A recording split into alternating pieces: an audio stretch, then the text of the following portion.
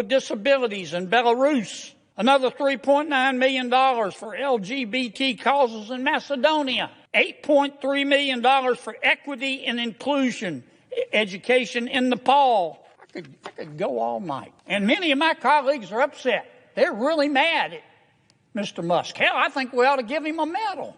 All he's doing is what President Trump said he was going to do. President Trump said he's going to audit the spending. So Trump goes and hires Musk, again with the top secret security clearance. Nobody can quibble with his intelligence. You know, the guy's as smart as Einstein's cousin. He's a very successful businessman. Some say he's the richest guy in the world. And he's doing the auditing. And, man, he's finding a lot of stuff. I call it spending porn.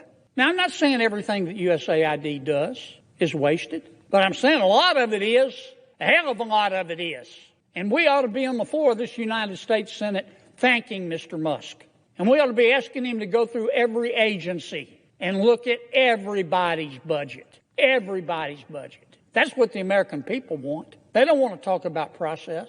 They don't want to continue with the Washington way. They want to save some money. Now, let me tell you what's really going on here, too, Mr. President. For 4 years under President Biden and for, 8 years under President Obama, I have all the respect in the world for President Biden and President Obama. Tough job. But between them, they spent 12 years in Washington, and presidents set the tone. They control the questions that are asked. And here's the question that President Obama and President Biden asked for 8 years. For 12 years. I heard it every single day. Who needs to pay more in taxes?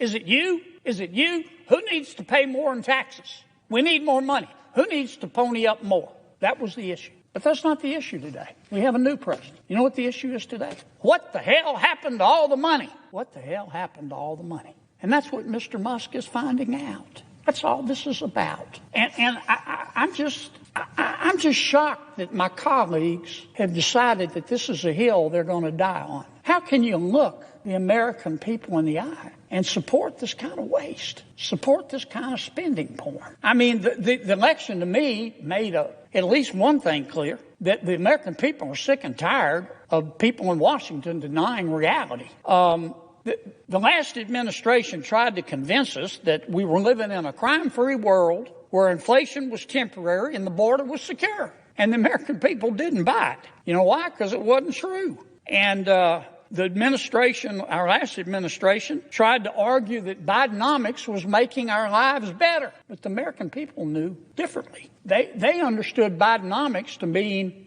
I get to spend more to live worse. And they voted. Now, I mean, the American people were poorer under the last administration, but they didn't become stupid.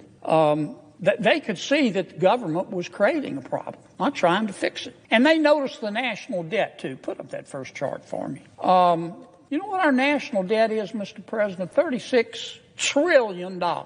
Not million, not billion, $36 trillion.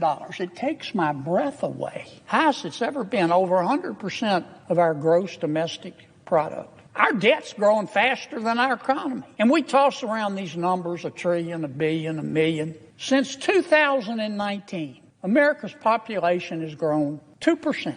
We're not having babies, 2%.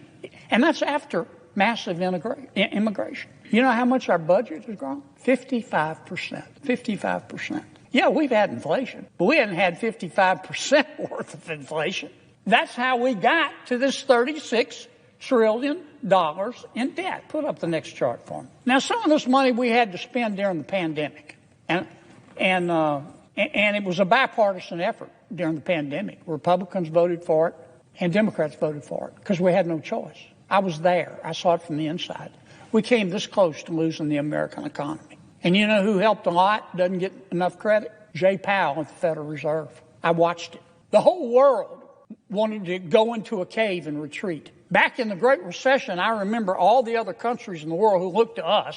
They may hate us, but they know we're the greatest country in all of human history. They looked to America. And you know what? Back in the Great Recession, all the other countries wanted they wanted treasuries, treasury notes, treasury bonds. Not this time. They were so scared. They didn't want treasuries. They wanted dollars, cash dollars. So Jay Powell, thank Franklin Ward, he goes over to the Federal Reserve. He opens what's called a currency swap line, and he told every country, you want dollars? I'll trade your dollars for your currency. And everything calmed down. He doesn't get any credit for that, but it was a gutsy thing to do.